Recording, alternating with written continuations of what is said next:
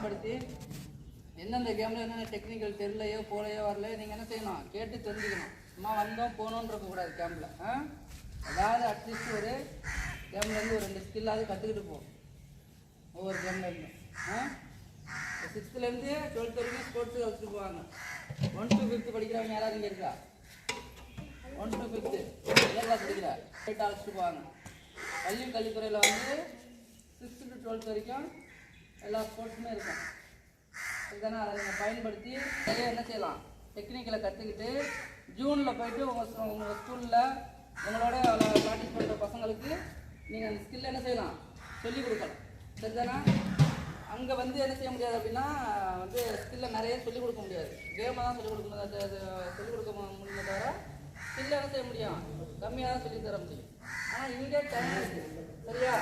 ஸ்கில்லை நிறைய என்ன செஞ்சுக்கலாம், தெரிஞ்சுக்கலாம். நீங்கள் ஸ்கூலில் போயிட்டு ப்ராக்டிஸ் பண்ணும்போது டெவலப் பண்ணிக்கலாம். சரிதானா? பயன்படுத்திங்க. உங்களுக்காக நாங்கள் வந்து ஒரு 3 hours உங்களுக்காக டெய்லியும் உழைக்கிறோம். அப்படிதானே?